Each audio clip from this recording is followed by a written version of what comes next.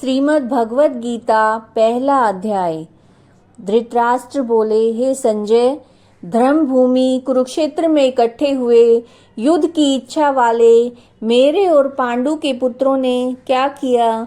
इस पर संजय बोले, उस समय राजा दुर्योधन ने व्यूह रचना युक्त पांडवों की सेना को देखकर और द्रोणाचार्य के पास जाकर यह वचन कहा, हे आचार्य, आपके बुद्धिमान शिष्य द्रुपद पुत्र धृष्टद्युम्न द्वारा व्यूहाकार खड़ी की हुई पांडु पुत्रों की इस बड़ी भारी सेना को देखिए। इस सेना में बड़े बड़े धनुष वाले, युद्ध में भीम अर्जुन के समान बहुत से शूरवीर हैं। जैसे जैसे सात्विकी और विराट महारथी, राजा द्रुपद और धृष्टकेतु, चेकितान, बलवान, काशीराज, पुरुजित, कुंती भोज और मनुष्यों में से शैव्य और पराक्रमी युद्धामन्यु तथा बलवान उत्मोजा, सुभद्रा पुत्र अभिमन्यु और द्रौपदी के पांचों पुत्र, ये सभी महारथी हैं। हे ब्राह्मण श्रेष्ठ, हमारे पक्ष में जो जो प्रधान है उनको आप समझ लीजिए। आपके जानने के लिए मेरी सेना के जो जो सेनापति हैं उनको कहता हूँ।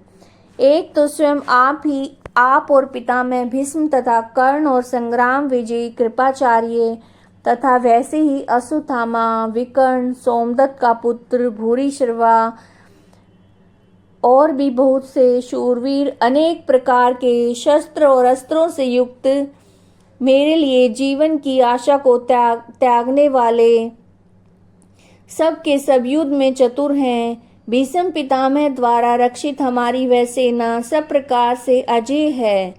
भीम द्वारा रक्षित इन लोगों की ये सेना जीतने में सुगम है। इसलिए सब मोर्चों पर अपनी अपनी जगह स्थित रहते हुए आप लोग सब के सब ही निसंदेह भीष्म पितामह की ही सब ओर से रक्षा करें।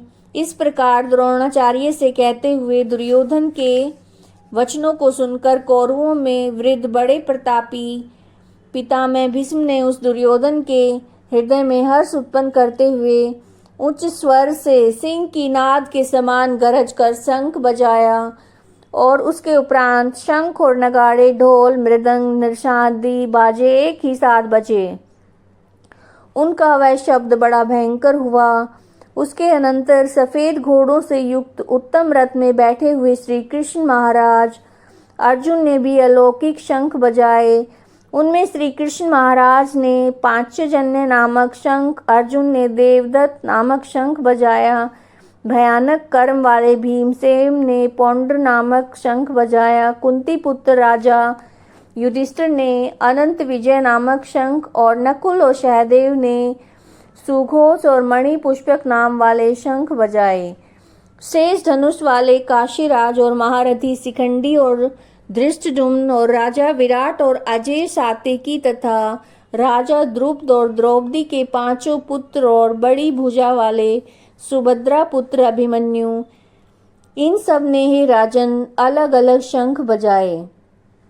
और उस भयानक शब्द ने आकाश और पृथ्वी को शब्दायमान करते हुए धृतराष्ट्र के पुत्रों के हृदय को विदीर्ण कर दिया। हे राजन, उसके उपरांत कपिध्वज अर्जुन ने खड़े हुए धृतराष्ट्र के पुत्रों को देखकर उस शस्त्र चलने की तैयारी के समय धनुष उठाकर ऋषिकेश श्री कृष्ण महाराज से यह वचन कहा, मेरे रथ को दोनों सेनाओं के बीच में खड़ा करिए। जब तक मैं इस स्थित हुए युद्ध की कामना वालों को अच्छी प्रकार देख लूं कि इस युद्ध रूप व्यापार में मुझे किन किन के साथ युद्ध करना योग्य है। दुर्बुद्धि दुर्योधन का युद्ध में कल्याण चाहने वाले जो जो राजा लोग इस सेना में आए हैं, उन युद्ध करने वालों को मैं देखूंगा। संजय बोले, धृतराष्ट्र, अर्जुन द्वारा इस प्रकार कहे हुए महाराज श्री कृष्णचंद्र ने दोनों सेनाओं के बीच में भीष्म और द्रोणाचार्य के सामने और संपूर्ण राजाओं के सामने उत्तम रथ को खड़ा करके ऐसे कहा कि हे पार्थ, इन इकट्ठे हुए कौरवों को देख, उसके उपरांत पृथा पुत्र अर्जुन ने उन दोनों ही सेनाओं में स्थित हुए पिता के भाइयों को, पितामहों को, आचार्यों को, मामों को, भाइयों को, पुत्र पौत्रों तथा मित्र ससुरों सुहृदों को भी देखा। इस प्रकार उन खड़े हुए संपूर्ण बंधुओं को देखकर अत्यंत करुणा से युक्त हुए कुंती पुत्र अर्जुन शोक करते हुए यह बोले, हे कृष्ण, इस युद्ध की इच्छा वाले खड़े हुए सवजन समुदाय को देखकर मेरे अंग स्थिर हो जाते हैं और मुख भी सूखा जाता है। मेरे शरीर में कंप और रोमांच होता है तथा हाथ से गांडीव धनुष गिरता है, त्वचा भी बहुत जलती है। मेरा मन भ्रमित सा हो रहा है, इसलिए मैं खड़ा रहने को भी समर्थ नहीं हूँ। हे केशव, लक्षणों को भी विपरीत ही देखता हूँ तथा युद्ध में अपने कुल को मारकर कल्याण भी नहीं देखता। हे कृष्ण, मैं विजय नहीं चाहता और राज्य और सुखों को भी नहीं चाहता। हे गोविंद, हमें राज्य से क्या प्रयोजन अथवा भोग और जीवन से भी क्या प्रयोजन है, क्योंकि हम जिनके लिए राज्य, भोग और सुख आदि इच्छित है, वे ही है सब धन और जीवन की आशा को त्याग कर युद्ध में खड़े हैं, जो कि गुरुजन, ताऊ, चाचा, लड़के, वैसे ही दादा, मामा, ससुर, पोते, साले, सभी संबंधी लोग हैं। इसलिए हे मधुसूदन, मुझे मारने पर भी अथवा 3 लोक के राज्य के लिए भी मैं इन सबको मारना नहीं चाहता। फिर पृथ्वी के लिए तो कहना ही क्या। हे जनार्दन, धृतराष्ट्र के पुत्रों को मारकर भी हमें क्या प्रसन्नता होगी। इन आतताइयों को मारकर तो हमें पाप ही लगेगा। इससे हे माधव, अपने बांधव धृतराष्ट्र के पुत्रों को मारने के लिए हम योग्य नहीं हैं, क्योंकि अपने कुटुंब को मारकर हम कैसे सुखी होंगे।